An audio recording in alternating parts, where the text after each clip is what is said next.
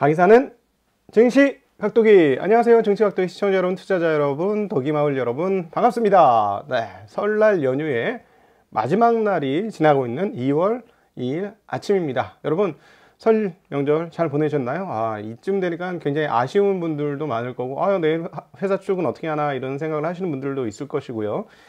그 다음에 그런 투자는 어떻게 해야 되나 하시는 분들이 있을 텐데, 투자 시계열은 예상했던 대로 설날 전에 어두웠던 엄혹했던 순간들이 지나고 방긋방긋 밝게 빛나고 있습니다. 그래서 다른 건 몰라도 투자 시계열의 컴백은 좀 편하게 하셔도 될 것이다. 그리고 감히 장담을 해본다면 여러분이 이제 출근한 내일 아침 미국 시장은 웬간에서는 꽤나 올라 있을 가능성이 높다.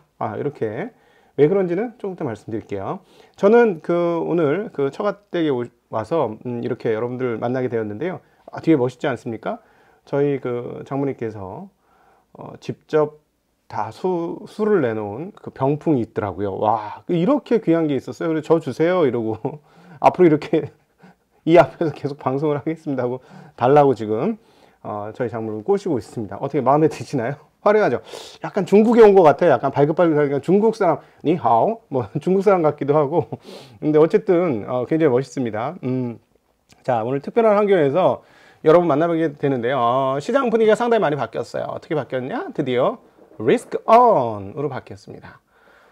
그동안에 어떻게 했어요? 리스크 오프였죠. 완전히 오프였는데, 리스크 오프라고 말하기도 어려웠던 게, 그러면 안전자산인 채권이 올랐느냐? 그것도 아니고, 채권도 너덜너덜해지고, 주식도 너덜너덜해지고, 비트 자산 너덜너덜해지고, 그러니까 크립토커런시, 그 다음에 원자재도 고공행진을 하던 것들이 그냥 푹푹 빠지면서 모든 자산이 멸망의 길로 가는 그런 흐름들을 보여줬고, 우리의 심리는 더 멸망적인 상황 속에 있으면서 종말이 다가오는구나 이런 느낌을 보여줬는데, 계속 말씀드리지만 종말이 다가오겠구나, 그 다음 계좌는 쳐다도 보기 싫어 이럴 때는 어떤 때나 매수지. 매수로 죽어야 되는 거죠. 매수로 죽어야 되는 거고, 그리고 이제 올라와서 기분 좋으면 위험 관리를 그때는 좀 하셔야 되는 거죠. 저는 개인적으로 트레이딩하는 입장에 대해서는 일반인들한테 별로 맞지 않다고 생각합니다. 특별히 짧은 트레이딩, 스캘핑 같은 거는 아예 하지 말라는 입장이고, 그 다음에 스윙 매매 정도까지는 잘할 수 있으면 좋은데 그렇게 또 쉽지 않다라는 거. 그래서 좋은 기업들이 저렴할 때 사서 좀 장기간으로 보유하는 것이 개인 투자자들이 돈을 벌 수 있는 최고의 방법 중 하나다. 해보니까 그렇더라고요. 그래서 그런 방법을 많이 권해드리고, 그리고 지난 주말에 생각보다 많은 분이 보셨어요. 지난 주말에 올랐던 배진환과 작도기의 대담 보지 않기를 바랬는데, 슈퍼 개미가 되는 방법이 놓여져 있지 않습니까? 많은 분들이 이거 나도 할 수 있을 것 같아 이렇게 얘기하잖아요. 생각보다 그렇게 어렵지 않아요. 근데 뭐가 어려워요? 내 마음이 어려운 거지 뭐. 투자가 어렵나?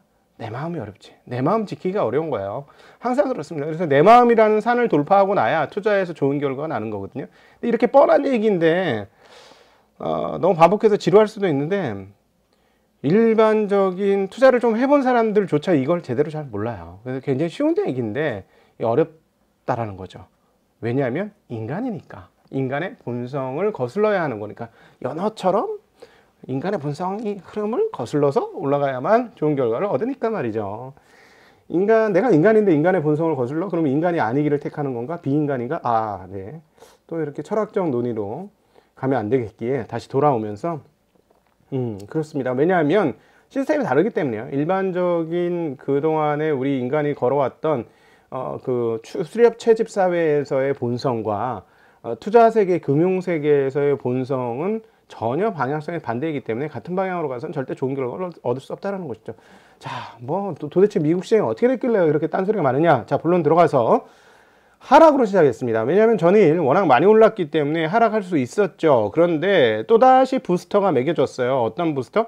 네, 결국은 또 연준 인사들의 부스터인데 이번에 매파들의 부스터가 만들어졌어요. 그러면서 제가 느끼는 게, 연준 인사들은 말이죠, 미국 시장이 그렇게 많이 빠진 거 결코 원치 않는 것 같아. 물론 자기네들의 401k도 다 주식에 들어가 있을 가능성이 높지. 그래서 그런가요? 제가 어느 순간 나이를 먹으면서 30, 40대를 이렇게 흘러갈 때 굉장히 놀랬던 사실 하나가, 정책을 만드는 정책 입안자들이 사적 이익에 얽매여서 공적 정책을 정할 수도 있다라는 걸 제가 어느 순간 깨달았어요. 아, 그래서 이게 참 놀라운 일이구나. 자기가 집이 두 채 있어. 그런데 부동산 정책을 그 집 보유자들에게 유리하게 만들어 낼 수도 있겠구나라는 것을 우연찮게 이렇게 경험을 하고 났더니, 아, 이게 세상에 그럴 수 있는 거구나 하고 깜짝 놀랐습니다. 그렇습니다. 사람이라는 거는 자기의 어떤 보유 포지션, 자기의 이익 관계에서 완벽하게 떨어질 수 없죠. 그래서 그것들 자기의 이익 관계에서 완벽하게 떨어져서 공익을 추구하는 사람들을 우리가 불러서 뭐라고 하죠? 네, 그런 사람들은 우리가 불러서 세인트라고 표현합니다. 네, 성 어쩌고 저쩌고. 네, 자신을 다 희생. 근데 이게 드물기 때문에 우리 사람들이 그걸 기념하는 거죠. 세인트로. 성 누구누구로 이렇게 추앙하는 이유는 뭡니까? 어렵기 때문에. 왜냐하면 다들 먹고 살기 힘들었기 때문에 자기를 내놓고 남을 주면 남은 먹여 살리지만 자기는 굉장히 공핍해질 수도 있거든요. 그런 삶을 살기라는 건 굉장히 어렵죠. 자기 생존을 걸어놓고 하는 거기 때문에. 그런데 그래서 그런 삶을 사는 사람을 우리 그 인간 세계에서는 굉장히 높이 평가하는 그런 경향이 있는 것 같습니다. 이제 한국에서도 3월에 선거가 있는데, 선거에 나오는 소위 말하는 공직자가 되시는 분들은 공적 영역에 훨씬 더 치우친 분들이 많아지기를 소망합니다. 개인적인 사적 이익을 완전히 내려놓을 수는 없죠. 그러나 50대 50으로 갈랐을 때 공익적인 일을 하실 분들은 공적인 일이 더 중요하고 그거에 의해서 살을 약간 포기할 수 있다라는 생각을 더 많이 가지신 분들이 가셨으면 좋겠다 하는 생각을 해봅니다. 그래서 우리 옛말에 이런 말이 있죠. 열사봉공. 죄송합니다. 다시 한번 본론으로 들어와서, 자, 미국 시장, 자, 연준 의장들의 부스터샷에 의해서 시장이 강세가 되었을 뿐 아니라 분위기가 완전히 바뀌었습니다. 어떻게? 리스크 온으로요. 리스크 온은 뭐예요? 리스크를 테이킹하겠다는 분위기를 리스크 온이라고 부르죠. 그렇죠? 그럼 무슨 흐름이 나는 거예요? 자, 주식 강세, 그다음 원자재는 강세, 그다음에 채권은 약세, 이렇게 돌아가는 판때기가 나오는 거죠. 오늘 그런 판때기가 전형적으로 나왔습니다. 정말 오랜만에 리스크 온 장세가 펼쳐졌고, 가장 특징적인 거는 무엇이냐? 독일의 국채 금리가 18년 이후 최초로 플러스 금리로 전환되었습니다. 과거 어디 은행에선가 뭐 그 관련된 상품 만들었다. 사장님, 이게 어떻게 금리가 마이너스가 어떻게 돼요? 그러니까 금리 마이너스만 안 나면 무조건 돈 버는 상품이에요. 한번 해보실래요? 하면 듣다 보니 그렇네. 어떻게 금리가 마이너스가 있을 수 없는 일이지? 맞아. 그래, 이렇게 가입을 했는데 독일 금리가 마이너스가 나서 아주 절단이 났던 놀라운 경험들이 있죠. 그 이슈가 되었던 독일 10년물 국채 금리가 플러스 나면서 마무리가 됐습니다. 장중 0.04% 수준까지 육박을 했다가 플러스 0.027%로 현재 거래가 되어지고 있습니다. 야, 놀랍죠?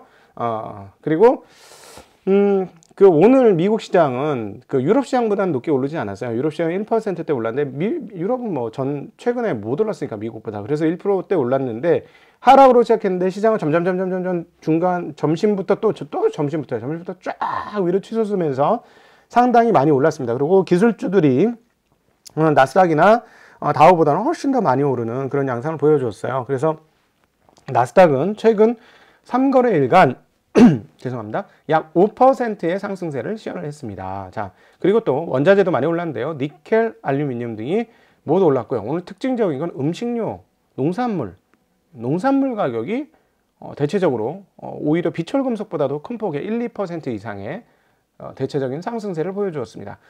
유가는 고공행진을 그동안 했기 때문에 제자리에서 숨고르기 하면서 마무리가 되었습니다. 지정학적 리스크 상황은 유지되는데요. 푸틴 러시아 대통령이 뭐라고 얘기했냐면 우크라이나가 북대서양 조약기구 나토에 가입을 해서 자기네가 최근에 가지고 왔죠. 러시아에 병합된 크림을 무력으로 탈환하려 할 경우 나토와 전쟁을 할 수밖에 없다라고 얘기했습니다. 자, 우크라이나는 어떻게 할까요? 지금 우크라이나는요 그냥 러시아에 붙을 것 같습니다. 제가 보기엔. 왜냐하면 말펀치만 줘요. 러시아 지금 어떤 그 애널리스트가 얘기를 했는데 레피키의 애널리스트가 했는데 그 독일에서는요 우크라이나한테 지원을 했습니다. 뭐를 지원했냐면 전투모 9,000개를 지원했다고 언급을 하더라고요. 전투 뭐 9,000개로 전투가 됩니까? 여러분?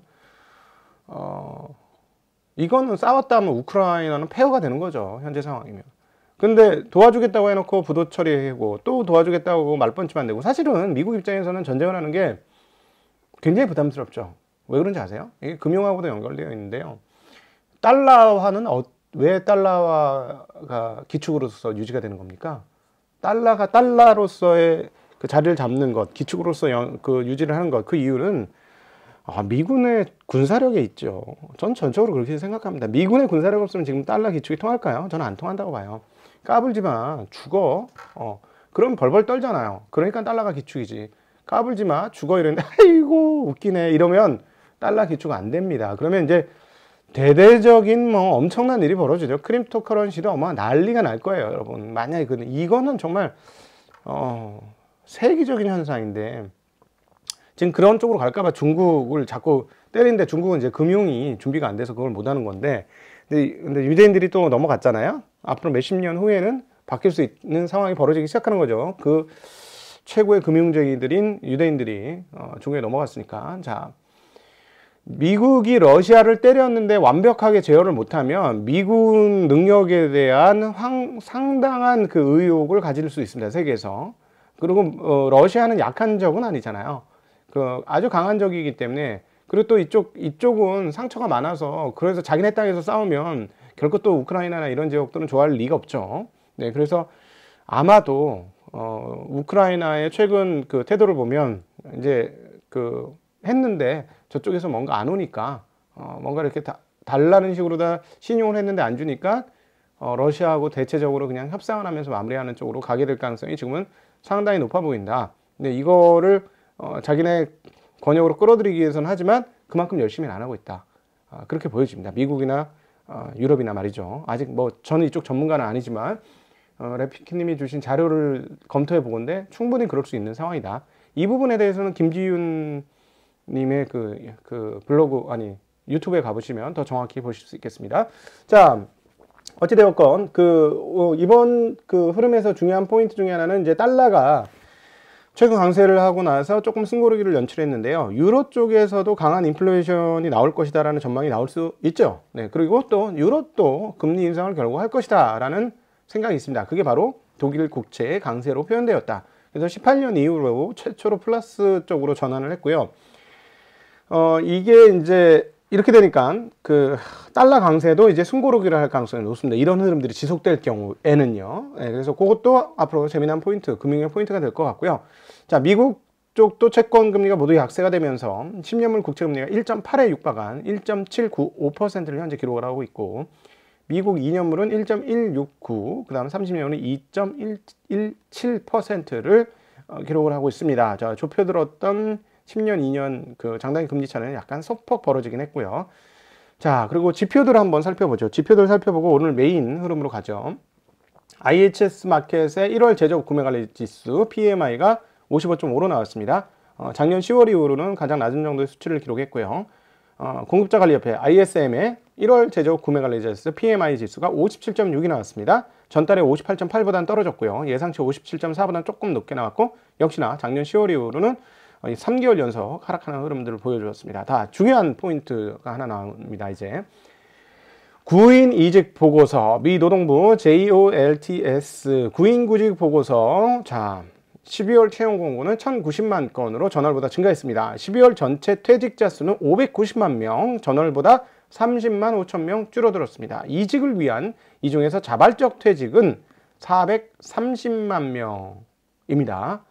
지난달에 거의 450만 명 정도 됐었거든요. 그때보다는 좀 줄었는데 자발적 퇴직 숫자는 굉장히 많은 편이죠. 590만의 퇴직자 중에 430만이 자발적 퇴직을 했습니다. 그리고 해고는 120만 명, 해고 비율은 0.8%로 역대 최저치 수준이라고 합니다. 자, 그런데 12월이에요. 12월. 자, 1월달 어떻게 됐을까요?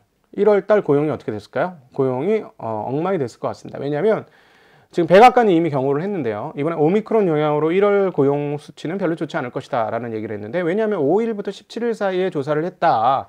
그래도 별로 좋지 않을 것이다 라는 얘기를 했는데, 그때 오미크론이 하루에 뭐 100만 명 빵빵 터지던 시기잖아요. 굉장히 많았던 시기니까.